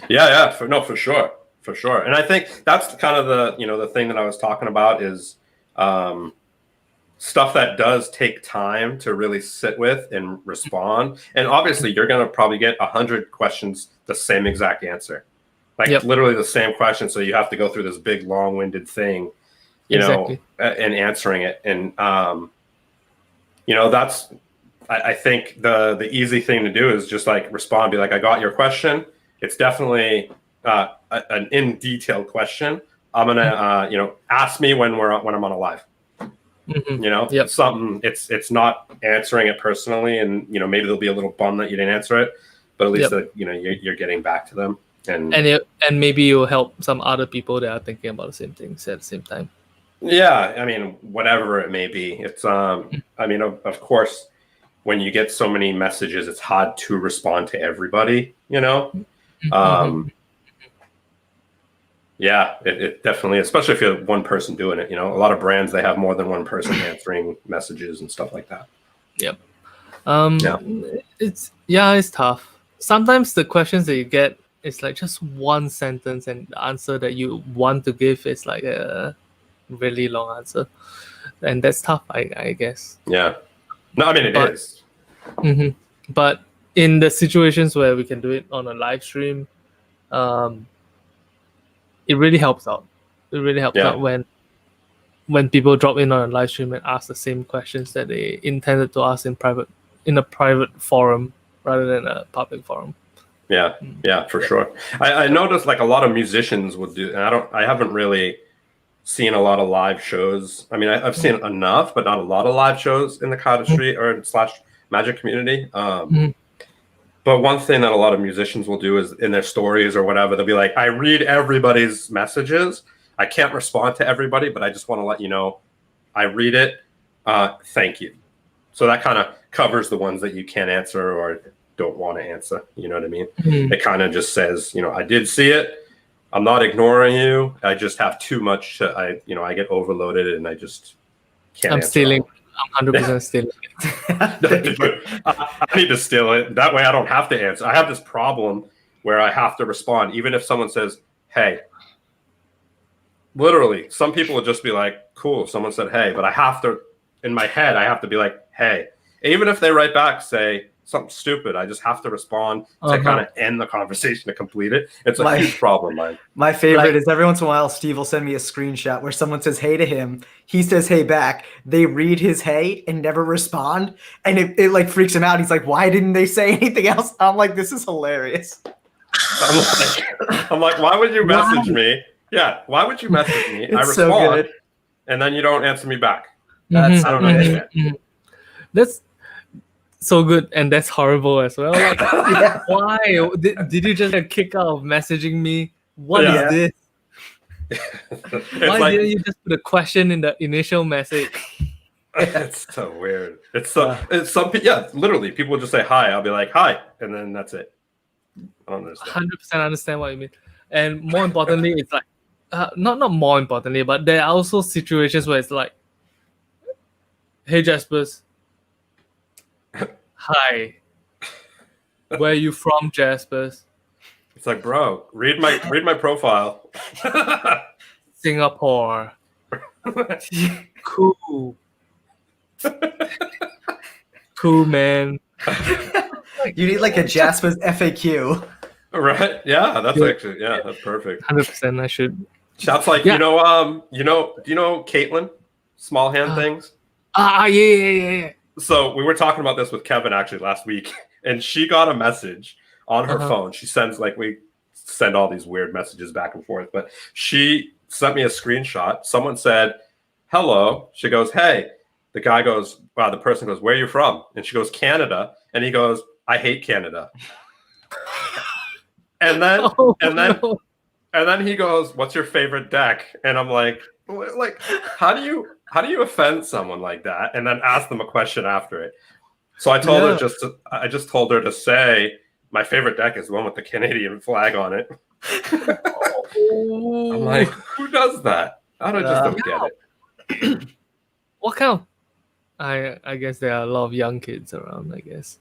Yeah, let's hope he's young. Out there, but to be fair, there are some young kids that are really bad at social situations, and it's not your fault. It'll come with time. Give yourself some time. But yeah, sometimes it's like even when I look back on the stuff that I did as a kid, and I see the messages I sent, I'm like, ooh, that's bad. I used to have this blogspot, a journal of sorts, and I saw how edgy it was. I immediately went like, what was my lost password, and how do I delete a blogspot account? That's hilarious. That's like Kevin last week when he was he used to just call Dan all the time when he was a kid. When he was 15, he would call him on the phone being like, hey. Yeah. Oh boy. He was like that uncomfortable 15-year-old kid that was stalking his idol. So funny. It's understandable. Yeah. Yep, it's understandable. But I think getting back to the original point, some kids can be a little bit much. Yeah. No, I hear you, man. I definitely hear you. I appreciate the support. 100%. Fans are a little crazy, and that's not always a bad thing. Sometimes that's what we need. Like there's some days that I don't get a single email, I don't get a single message, and then one fan comes to me and hey Jaspas, are you from Singapore? What are you doing right now? And I'm like, someone remembers me? Whoa. Yeah, you gotta be careful. They might be right outside your place, and they might be like, "I'm outside. You want to come hang out?" You want to get McDonald's? And maybe I'll be so desperate. I'll be like, yeah, sure, why not? And then we see him on an episode of like The Killer Next Door or something like that. Be careful, man. You gotta be careful. Yeah, I'm telling you, fans are crazy. I have a musician friend who did a tour in a city, right? Yeah. Went to the hotel that they were staying at. One of his fans was in the parking lot looking like at which light was on in the hotel, right? And then she went in the hotel and was walking up and down the hallway, like kind of listening to like what room he was in. It's like, wow, that's hardcore. Crazy stuff. He's like ducking down and hiding. He tells the story all the time at shows. It's hilarious. People are crazy, man. Yeah. Mm-hmm. That sounds hardcore, man. Yeah. So, Can you imagine what ahead. BTS has to deal with though? Oh God, I can't even imagine. That's got to be. I can't even imagine. I mean, the amount of money they get, they can deal with it. But I mean, they probably have like body doubles who stand in for them in certain situations to like avoid crazy fans though and stuff. Like that's next level like security and next level like stalking that they have to deal with. Yeah. 100%. I can't even imagine. Like, there's probably better security on BTS than there is on like the president of the United States. Yeah, are you surprised about that, Kyle? I mean, Kyle. I just answered Kyle's question. Are you surprised about that, Tyler? You know, the president. Let's be honest. I mean, BTS is worth a lot of money, so there's probably a ton of security around them. And private security is interesting, but I couldn't imagine. And the thing with BTS though too, because they have they have a very wide age range of fans, but because their core fan group is probably at that younger age range, like they always have to be happy. They always have to be smiley. Like they have to eat whatever the fans throw at them. That's tough. It's rough. Yeah. I mean, when you're making millions and millions and millions and millions and millions and millions of dollars a year, you can be happy all the time. Just even if you have to fake it. Even if you have to fake it. But like after a while, that faking it's got to wear you down. Yeah, dude. I think once you're used to a certain amount of income, that amount of income doesn't make you excited anymore. No, for sure. It no longer becomes a motivator for you to just like.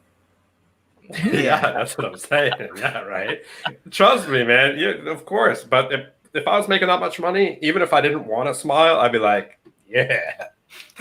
Where are we going dancing tonight, Jaspas? Let's go. Yeah, but at the same time, I hear some of the horror stories of what they experience. It's like, oof. Yeah, and that's the thing. Like, there's certain things in life that I think people aren't willing to trade money for: safety, sanity, and honestly, just being able to kind of like. Even if you buy into the fact that you make a ton of money, you're never going to have a normal life. Fine. But like, do you really want to go through your entire life being worried that like some fan is going to go crazy and try and like stab you or something? Like, I don't know if there's enough money for me to be that like cautionary all the time. You know what? Instead of taking a dance class. What? You can't be in a relationship. You're mine. And then you just get stabbed one day. Yeah. Like, whoa. Like nobody wants that. Yeah. There's yes, not I enough did sing a song about a girl with brown hair, but it wasn't specifically about you. Yeah, and you have to be careful of like your manager. With what's her name, Selena? Is that what Who's that? the Latina? Selena Gomez. No. No, this is way before Selena Gomez. I think her name was Selena. She was a Latina singer, and her manager ended up killing her. I think it was Selena. That's crazy. You guys back me up in the chat. Back me up in the chat. I meant back me up as in, let me know who it is. Oh God, Oma actually had a question. We have a couple questions here. Let's ask them. We have probably a billion. So we do have a good. We have some good questions here. Do we want to start with Let me Oma? go from Oma first. Oma said regarding Jaspas's last video. There it is. Can we challenge him to with cardistry moves live? You don't feel obligated. You don't have to. I mean, you can. And if I feel like I could do it, I will try it, but I don't think it will be as exciting or fun if I do it. Like, it when I do it in a video format, I always put like zoom ins to like, hey, yeah, I'm gonna do this. And then I edit out all the times that I fail, and I'm like, yeah, I did it first try. I got you. But I think that's in jest, and most people understand that that's a joke. Yeah. All right. For sure. Hopefully, I didn't burst anyone's bubbles right now watching the stream. No, totally understandable. That makes us feel better that you do it that way. Yeah, it definitely makes it fun. I think it's fun to watch it like that. Yeah, I got it down. And then Kyle's leaving, so let's ask Kyle a question. All right, here we go. You can save them now, huh?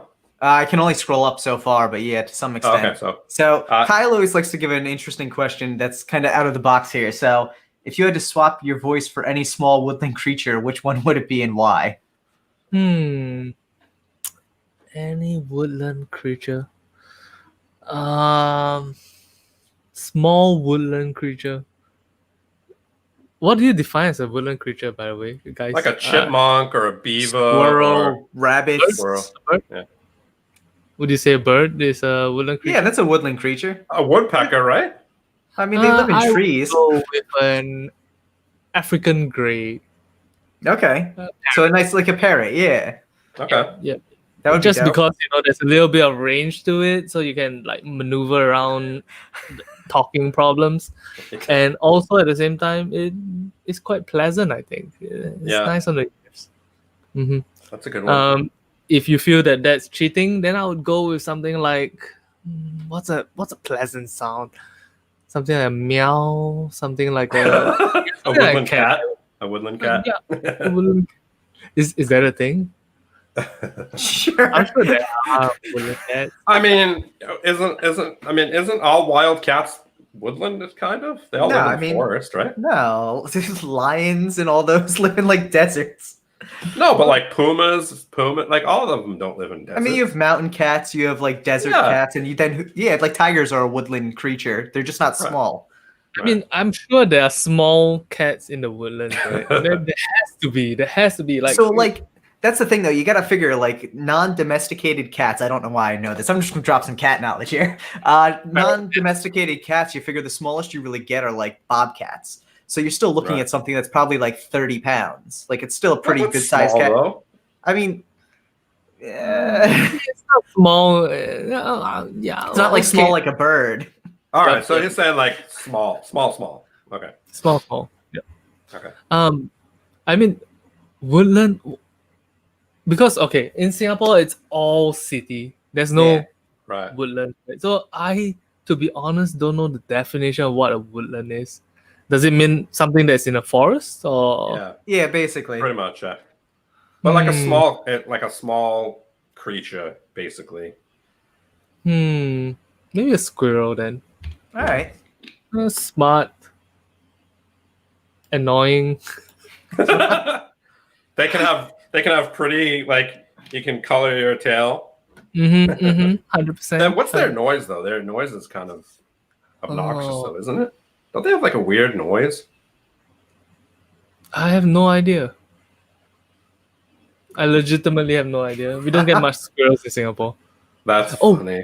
The other day, I was actually thinking to myself, like, wait a minute. Why do I'm sure you guys get rats, but rats are really noisy sometimes when they're scared.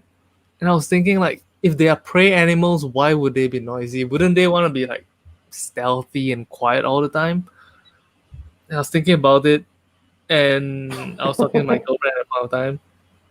Or rather, at that point of time, I was talking to my girlfriend, and then she was like, it's because they need to let their colony know that there's a predator around. I was like, that makes sense. Yeah. That does make sense, yeah. Yeah, that makes sense. I think a lot of animals kind of have calls, when predators are in the area. Some of them you can hear more than others, but yeah. Let's see. Yep, so we had another. Go ahead. So we actually had another question that came in via DM, which was, how do you decide what color to do your hair next? I have a purple mohawk, and I want to know what color to do next. That's got to be Stu. It's definitely Stu.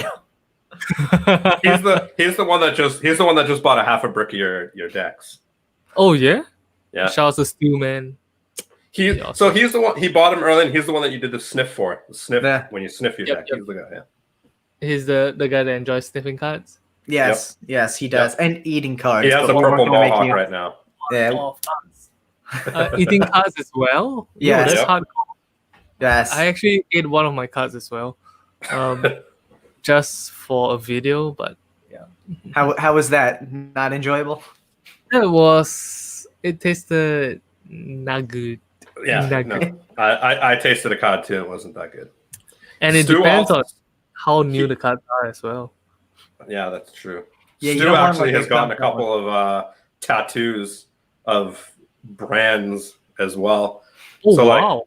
Yeah, Yes. so I think Orbit was doing, if you get a tattoo, you get like a brick of cards or something. So he went and got an Orbit tattoo. Worth it? Worth it? Is it? Yeah, worth it, I guess. Yeah. I mean, it's more expensive to get a tattoo than a brick of cards, right? Yeah. It depends how small it is, though. You can get like a smaller tattoo for like $40-$50. Mm-hmm. I mean, usually that's like an hour, like minimum, usually. Yeah. What do you say? Mm-hmm. Yeah. So that'll be Oh, definitely be an interesting one. yeah. So what color do you think? So he has a purple So, yeah. mohawk right now. How do you decide how you choose your hair color, and then what color should he pick next? He said, I usually choose colors based on what I like at the point of time. I switch between. How do I put this? I have a criteria for the kind of colors I like. For example, I like nice, very saturated colors, whether it's purple or pink or green. But I tend to like saturated colors, Yeah. and within that boundary of colors that I like, I just choose randomly. This You time, know I what actually, color would really look good on you? That like silver color. That silver, I guess they call it mermaid hair, or is it mermaid or unicorn? No, mermaid, I think. Or is it unicorn? It's that like the bluish, purplish silver color. That That would look pretty dope. pastel light silverish. Yeah. Yeah. I think it's really hard to maintain that hair color though. Oh, for sure. No, It would look 100%. dope though for the first however long it would look. 3 days. Yeah. I did for the first time. Dude, you'd be on point for 3 days. That is true. That's But funny. yeah, that's how I choose the colors. Nice. And So what color do you think Stu should do? Yeah. do you guys get red hair color? I'm sure you get red quite often. Yeah, people get red a lot. Why don't you try it? Matt said he's working on silver. Oh really? Well, he's getting It's 'cause he's- older, so yeah. he's saying that he's Oh. getting That's so awesome. good. Yeah, so good. Um, Metallic pink. try a purple to blue gradient, I guess. Like just. Let's see what color should he get? Is there a Pantone color swatch? Yes, metallic. You know, the first thing I ever got when I started the company was to get one of those Pantone color swatches. And I Yeah. felt so professional once I got it. I'm like, oh yes, I want this color. I'm gonna quote you the color number now. 0524. It feels so good knowing this. Yeah, and then you get your cards and it doesn't look anything like that color. And then it's just off by a little bit, and it's like, wait a minute, I have a Pantone color swatch. I can compare it. But at the end of the day, it's like it can be off by a little bit. I Yeah, guess. for sure. Mm-hmm. Let's see. So we actually have another good question from John in here, which is a cardistry tutorial or tip related question. Let me see if I can Shout pull out this to up. Johnny. So John Johnny said, J. do you have a tip to progress between doing a decent normal card spring to doing a giant spring? Shout out to John J. Thank you very much for supporting, and I hope you enjoy the cards once they arrive to you. Going between a normal spring to a large spring. All right, so I think the moment Tutorial time. the moment that you should progress from a normal spring to a large spring is the moment where you can watch a television show and just go like, whoa, that's amazing. Once you can stop looking at the cards and focus on something else while doing it, then yeah, you're ready to move on to the giant spring. If you still find yourself thinking like, okay, I'm gonna put my thumb here, I'm gonna put these fingers here, I gotta bend the cards and then spring. Oh yes, that was a good one. Then you're not quite ready yet. It needs to be second nature for you to get a good spring. Once you get that down, then what you need to do is practice two different things at the same time. One is to lower the left hand, one is to raise the right hand. And more importantly, instead of going straight for a giant spring, like the huge one, go for a normal plus 2 inches kind of spring.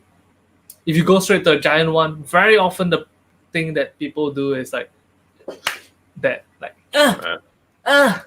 and it doesn't look good. But you want to be able to comfortably do it, comfortably push the length of your spring. So maybe normally you do this size, you can go like, okay, I'm gonna try a little bit longer. Oh, real dangerous. Oh, that was a good one though. That's like me with the anaconda. I'm like, yay, I got a millimeter longer. Yes. And there's nothing wrong with that. Take your time, slowly add 1 inch at a time, as weird as that sounds. And yeah. Good luck, John J. Yeah, John J. Let's see. We actually had a couple of that came in beforehand too. Let me pull one up here. All right. So how was your progress when you first started?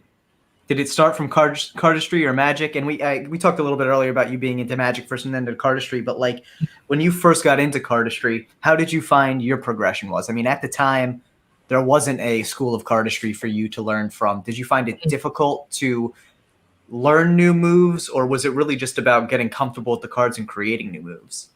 When I first started out with cardistry, there were no tutorials. It was impossible to find tutorials. The first tutorial I found was a paid tutorial. Interesting. Which to me wasn't. I'm like, oh yeah, it makes sense. Magic, you had to pay for every single tutorial. Cardistry, you should have to pay for every single tutorial. To watch it, it was a Charlier card tutorial. What? How much did you pay for it? It was a part of Illusionist's tutorial. Street magic. Here is magic that you can do. And you guys were around when that tutorial was out. But yeah, that was part of the Street Magic series. Yeah. And the Charlier card was in there. To be absolutely honest, I would have paid for it if it was its own thing. But because it was part of a VHS or DVD, then it was a little bit tricky. I'm not sure if Kevin Ho is still in the chat right now, but remember Chao Liang from our secondary school? That guy showed us. He opened our eyes to the world of cardistry, starting with that Charlier card. Like, he was the guy that paid for the VHS tape / DVD. Oh, nice. And we bummed off him. We were like, because we knew that one-handed cards existed, we just didn't know how it worked, and we had to go to Chao Liang and went like, hey man, can we watch the Charlier card tutorial? We want to see how it is like to do a one-handed card. I can't imagine it. Like how our hands are this size. What are we supposed to do with this much space? Right? And it's at that point of time, because of that I came up with the index card, which is and which I later found out is not my creation. He just said index card is where it's at. That's what he just said. There you go. Yeah, Kevin. So I showed it to Kevin, and we were like, oh my god, one-handed card, that's so cool. And then one day, Chao Liang just came to us and he went like, bam. And we were like losing our minds. No, that's impossible. What? Can you do that again? Can we learn it from your VHS tape? Please. That's hilarious. I how love it. that's my first. You guys experience. must have flipped your lid when you saw like the scissors cut. Oh, I don't remember. I actually don't remember the first time I saw scissors cut. Actually, The scissor cut? yeah, I don't remember Yes. what my first exposure to it. Oh, yeah. Yep. That's funny. Can't remember. I'm sure I lost it, but the next thing I saw was the Revolution card. Oh, And I remember thinking like, nah, there's no way someone put a twist on a Charlotte card. Nah, you lying. And I saw it and I was like, You guys are literally yeah, finishing you're each so in other's sync. sentences. Like literally finishing each other's sentences. Yeah. yeah, man. Hilarious. You guys need to stop. It's uncomfortable. We have real-time fact-checking going on with Kevin Ho. Right? Exactly. Yes. So good. So But good. I really don't remember the Caesar cut and my first experience with it, which is sad. I wish I saw it all during the time where I was a beginner at cardistry. Mm. Then maybe I would have like a whole compilation of like amazing memories of cardistry. Yeah. I have a question. What Yeah. What do you think you would like to see as a positive kind of movement forward in cardistry or for cardistry? What do you think is like the next step for like growing and creating more positive kind of movement in cardistry?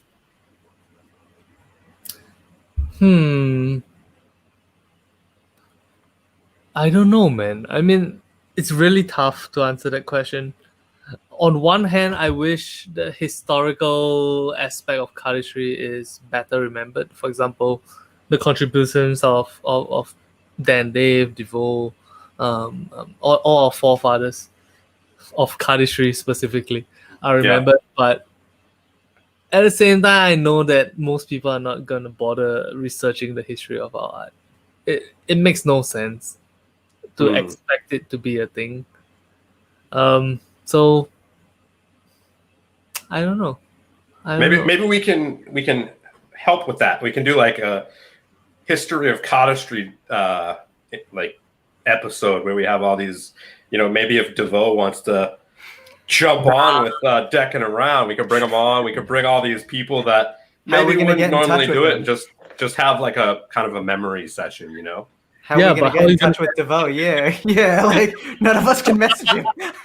Bro, I'll have Leslie reach out to him. Yeah, she's blocked. Oh my god. Yeah. We'll have to send him a letter in the mail. Kevin Ho says, "Wait till you hear about Sybil." Oh my god, I absolutely love it. The story about the Sybil. So after I was in middle school, and Kevin transferred out of the school that we were in, we kind of lost touch with each other a little bit because because he's in a new school and that's the way it is. But half a year to a year later, he comes back and he's like, "Hey Jaspas, check this out." And he comes to me and he goes like,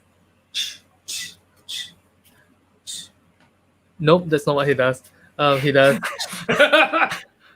I still remember the exact move he does. He goes here, and then he goes here, and he goes here, and then here. And I was like, "Nah, that's stupid. That's stupid."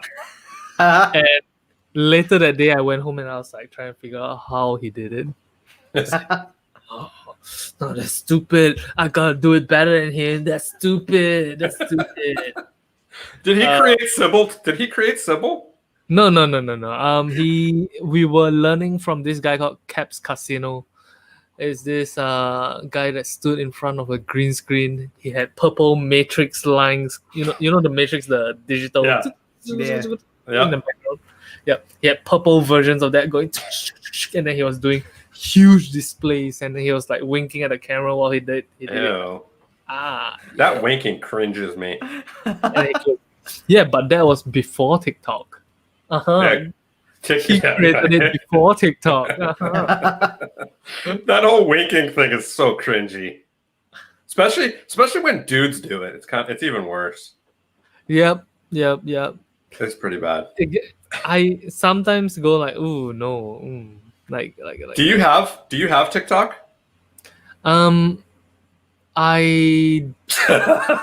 Trick question. I made an account. I uploaded one video. It didn't blow up or anything. I was like, screw this. I don't care. Screw I've TikTok. never went back again after Dude, that. TikTok is it's interesting. Steve is not a fan. I don't have TikTok. I have a TikTok for Deckin Around. I've posted 2 things ever. I don't actually care enough to post more, but it's an interesting like trend in social media, and I think it's really shown how our attention span has gotten so much shorter because we go from, videos to picture to Vine to this TikTok where you have so many videos that are sub a minute, sub 30 seconds or sub 15 seconds even. It's crazy. Mm-hmm. And people like literally blow up on it. Like people get like thousands or millions of followers in such a short period of time compared to like so many different platforms where it's like a grind to get to that many followers. I think a lot of them are fake. I can't honestly, dude. They can't all be real people. It feels like TikTok is RNG based sometimes. Like it's just a matter of striking the lottery of and then you get a butt ton of views. Well, and like I think a lot of it though too, and the smart TikTok people realize that they need to transfer people to other platforms. So you see people who get huge on TikTok and immediately they're like, hey, check out my YouTube, check out my Instagram, check out everything else. And then that's where they bring the people and the following they do get. And like you said, Steve, I don't know if it's so much that they're fake. They're just it's not true engagement like you'd expect on a different platform. So I think the number of views is counted after 3 seconds on TikTok. I'm not 100% sure. Oh, yeah. I don't research it much, but I remember hearing that the minimum time required for it to count as a view is really low on TikTok, as well as Facebook. And it automatically plays, doesn't it? So when you look through it, that's a view, even though you're just scrolling through it. If your hand movement is slow, it counts as a view, I guess. So. Yeah, I just think follower-wise, because I don't know, maybe I'm just being like a little skeptical here, but some of the people that have like 10, 15, 20 million followers, and it's like the same dance or the same thing they're doing, I'm just like, there can't be 20 million people following this person because they're doing this one dance. It's just, in my head, it doesn't compute. But then I'm like, people still listen to R. Kelly. And we come full circle. It just blows my mind. I'm like, dang, how do 20 million people follow this person? I just don't get it. I mean, if you look at YouTube, no offense to Susan or YouTube, but the videos that get tons of views are usually the videos aimed at kids. So yeah. Or like the dude, videos. Did you see how many like those the unboxing videos that the kids do? Yep. They're getting billions of views. Yep. For unboxing a freaking bobblehead or something. Yep. It blows my mind. Sometimes I feel like there's a generation gap between myself and the kids that like people that come 15 years after me. And sometimes I try to justify that, nah, you're not old, there's no generation gap, nah.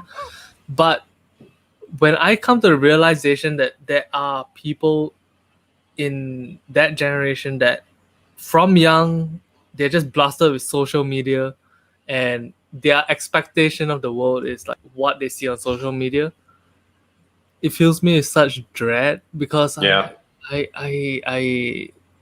sounds rough.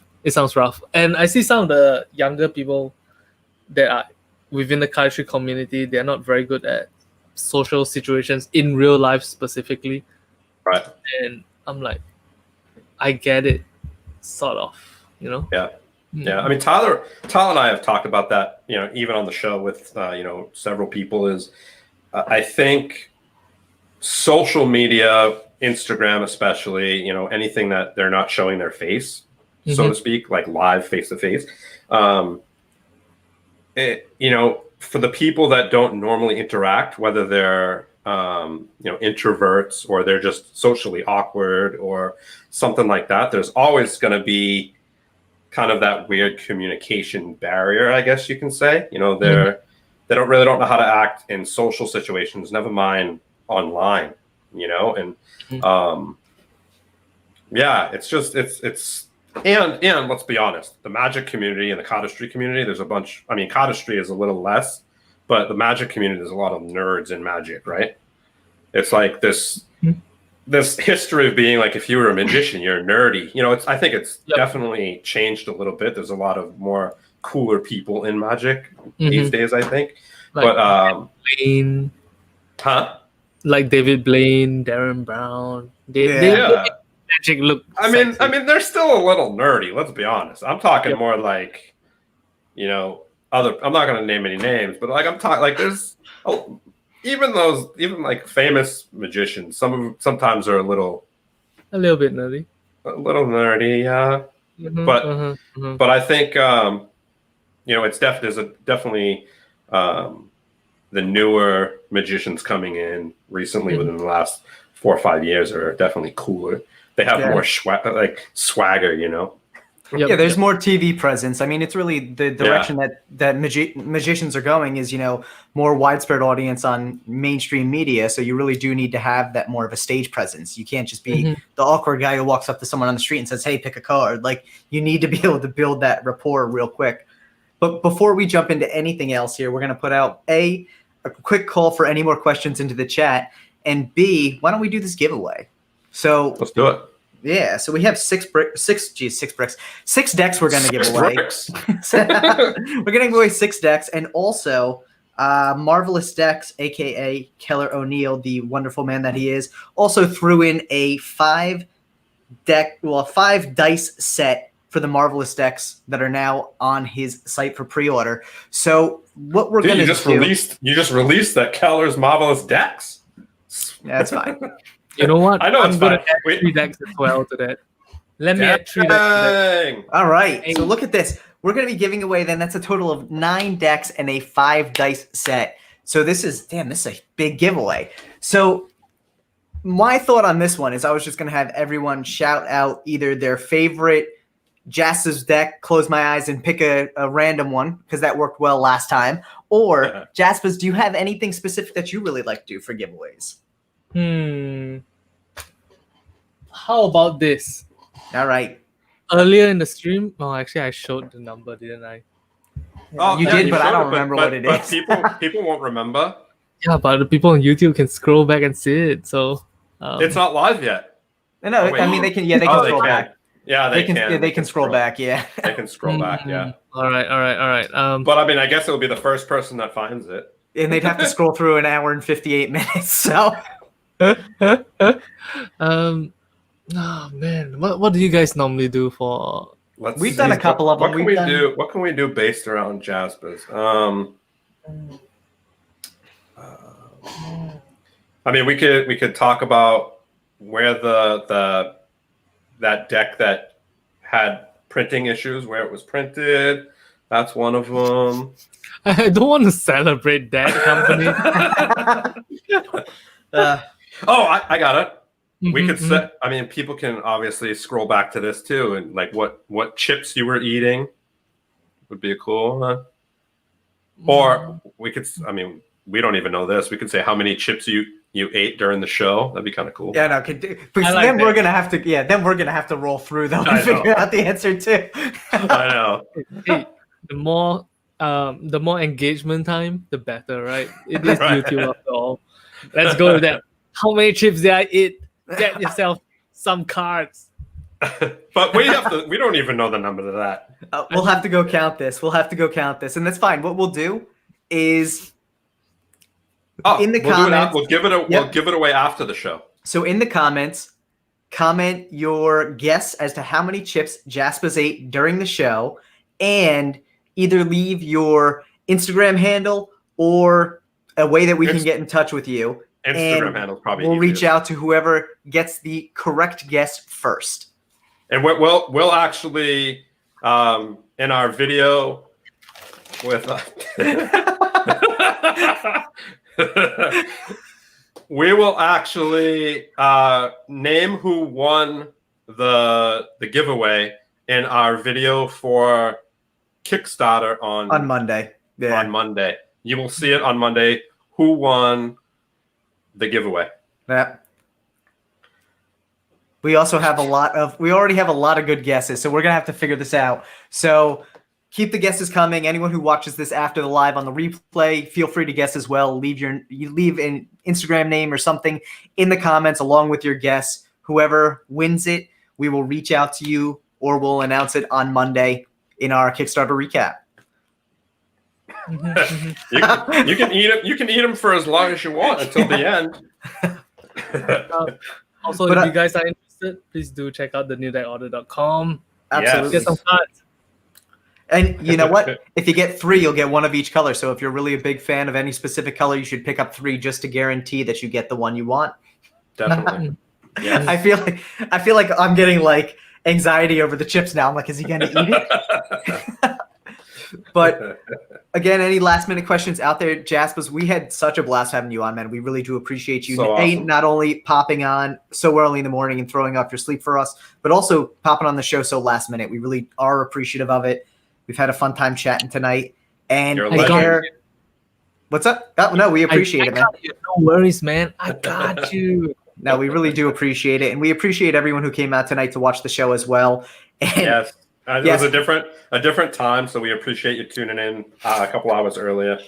Absolutely. Any guesses that you make in the live, if he eats a chip before the end of the show, feel free to submit a second guess in the comments below after on the replay. That way, that'll be your final guess. Don't worry. Also, 1 guess per person in the replay comments. So, in the comment section, not in the live section. It's got to be in the comment section. We're not going through the live. You know. Does that count? It doesn't have to be a full chip. It could be a half a chip as well. Oh no, really? Yeah. This is gonna make it so difficult. Yeah, we'll have to put it on like a quarter of speed. You have to like slow the whole thing down. Oh my god. Well, thank you. Break this chip into 2 and then eat them separately. That's 2 chips. We're gonna call that 2 chips. Yeah, that's 2 chips. Yep. Those look so good. I want a chip. Pip said we kept her up all night. We appreciate it, Pip. Thank you so much. Thanks for stopping in. And so we have 2 things to wrap before we call it a night here. One, we're going to do a quick thank you to our sponsors here. So let's roll this real quick. Doc's Playing Cards, the driving force behind Lit Playing Cards, Juice Joints, and McClure and Stark. Keep an eye out for what's to come next in 2020. Follow along at Doc's Playing Cards on Instagram or docsplayingcards.com. Hummingbird Feathers mimics the shimmer of a hummingbird in motion. Meticulously created with a specialized printing process using multiple holographic foils. Stunning tuck design and sculpted embossing with master letterpress creation. Featuring limited, standard, and gilded 3-deck sets. Pre-order yours today at marvelousdecks.com. And and so as we mentioned too, obviously go check out New Deck Order, pick up some of those new decks from Jaspas. They are absolutely beautiful. I love the colors too. Like I said, I love those pastel colors. Yeah. Steve's a huge fan of the logo, so if anyone hasn't picked them up, check them out. And our announcement for our guest next week. So this is actually, we haven't done a designer in a while, so I'm excited about this one. Steve's I am too. One. So next week our guest is going to be Christian Ellingstad. You may also know him as Arcadia Playing Cards. Christian is an amazing designer. We're really excited to have him on and kind of pick his brain next week on everything playing cards. Is it me or does he really look like Steve Jobs in that picture? He kind of does look a little bit like Jobs. I'm not gonna lie. When I saw it, I was like, "Oh, this is it's the black turtleneck is what it is." Man. And the glasses and the nice tight haircut. It definitely threw me when I was putting that together. I was like, oh man, he looks really familiar. But that nails it there. So again, thank you so much everyone who came out tonight. Don't forget to make your guesses in the comments below. We're excited to see who's going to win these 9 decks and this 5 dice set. Yes. Thank you very much, everybody. Thank you, Jaspas, for coming on. We really Thanks do. for having me, Tyler, Steve. It was a pleasure, man. See you, everybody. Have a nice night.